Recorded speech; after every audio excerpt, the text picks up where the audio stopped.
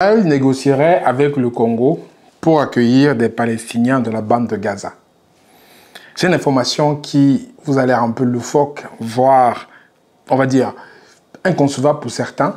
Mais figurez-vous que c'est un article sur lequel je viens de tomber lors de mes traditionnelles recherches sur Internet. Donc, qu'est-ce qu'il y a dit dans cet article? Il est dit effectivement que l'avenir de la population de la bande de Gaza par rapport au conflit qui se passe aujourd'hui avec Israël est en suspens. C'est-à-dire, en fait, les populations qui vivent actuellement, les Palestiniens, qui croulent sous les bombes des Israéliens aujourd'hui, sont menacés d'être expulsés. Ils appellent ça une émigration de leur territoire.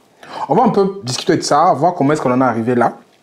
Je suis intéressé de voir vos commentaires par rapport à ce sujet. Mais avant tout, on est en nouvelle année. Abonnez-vous aux médias pour le propulser un peu plus loin et pour aussi avoir des tips, des méthodes pour pouvoir lancer votre activité et bien entendu être au parfum de l'analyse de l'actualité du continent et au-delà. Donc je disais tantôt que c'était ça le sujet, c'est-à-dire aujourd'hui l'article il est tout frais, il est tout neuf. Israël négocie avec le Congo pour accueillir les Palestiniens de la bande de Gaza.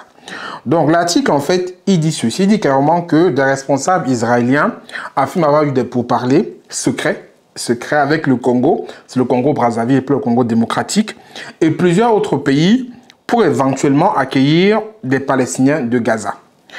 La raison qu'ils évoquent pour ça, c'est qu'il y aura toujours de la haine et toujours de la rancœur au niveau des Palestiniens et qu'ils ne seront jamais à l'abri, même si aujourd'hui ils pacifient cette zone-là.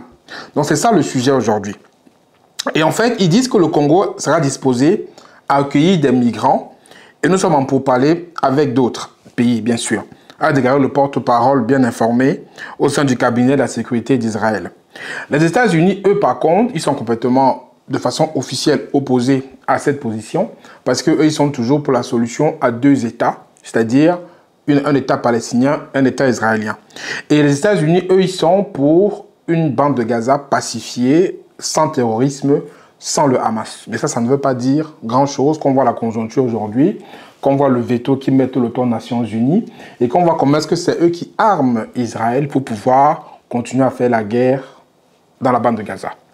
Mais je veux qu'on revienne un peu dessus, parce que les gens ne se rendent pas compte, les gens ne savent pas que c'est un président américain, un président noir, Barack Obama, qui a signé des contrats pour armer l'État israélien pendant plus de 10 ans, plutôt des subventions.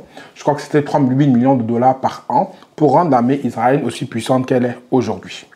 Mais si on revient au topic qui intéresse justement le continent africain, c'est que je ne comprends pas comment est-ce qu'un pays en Afrique aujourd'hui est disposé à accueillir des personnes qu'on chasse de leur territoire.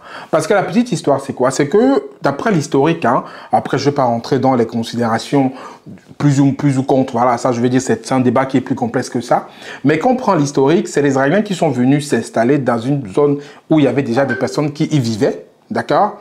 Et par rapport à ça, ils ont grignoté peu à peu le territoire de ces personnes-là pendant les différentes guerres qu'il y a eu au fil du temps. Et aujourd'hui, ils veulent expulser ces personnes de ce territoire parce qu'ils présentent pour eux une menace. Je trouve que c'est un peu fort de café. Et derrière, en fait, ils se servent en fait aujourd'hui d'un pays africain et d'autres pays, ils ne citent pas d'autres pays, pour pouvoir accueillir ces Palestiniens-là. Mon point de vue par rapport à ça, c'est que autant que l'Afrique soit dispersée, aujourd'hui il y a un reportage qui est sorti disant que les pays africains sont complètement dispersés par rapport à ce conflit qui a démarré depuis le 7 octobre, après l'attaque du Hamas en Israël. Les pays africains sont complètement dispersés. Il y a d'autres pays qui soutiennent Israël, d'autres pays qui sont neutres, d'autres pays qui soutiennent la cause palestinienne, dont l'Afrique du Sud en tête de liste, qui a même attaqué Israël au niveau de la Cour internationale de justice par rapport un génocide qu'ils sont en train de commettre en Palestine.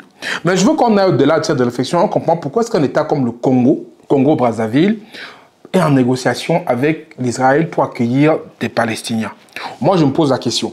Et je me dis en fait qu'il y a peut-être plusieurs axes de réflexion. Premier axe, c'est peut-être le besoin économique. Peut-être qu'ils vont accueillir en contrepartie financière, comme aujourd'hui le Rwanda fait pour l'Angleterre, peut-être il y a une contrepartie financière.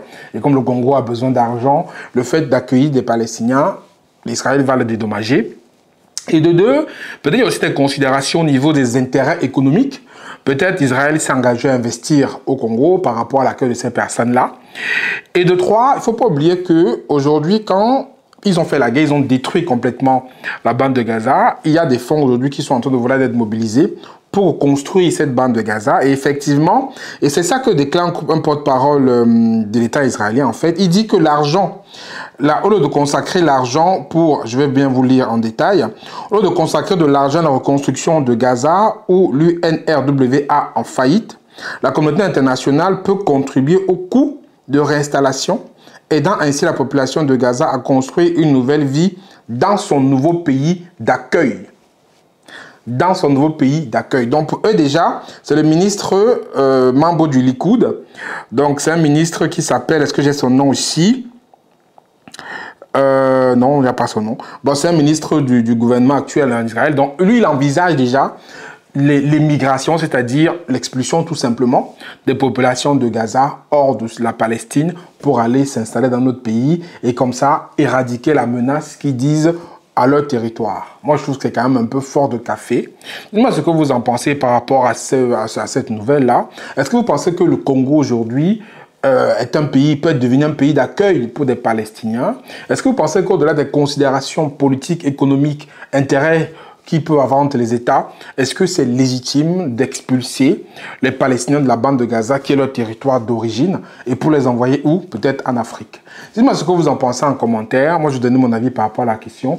Et abonnez-vous aux médias pour ne rien louper des prochaines vidéos qui vont sortir. C'était Franck Kenya. À très bientôt. Prenez soin de vous. Ciao, ciao.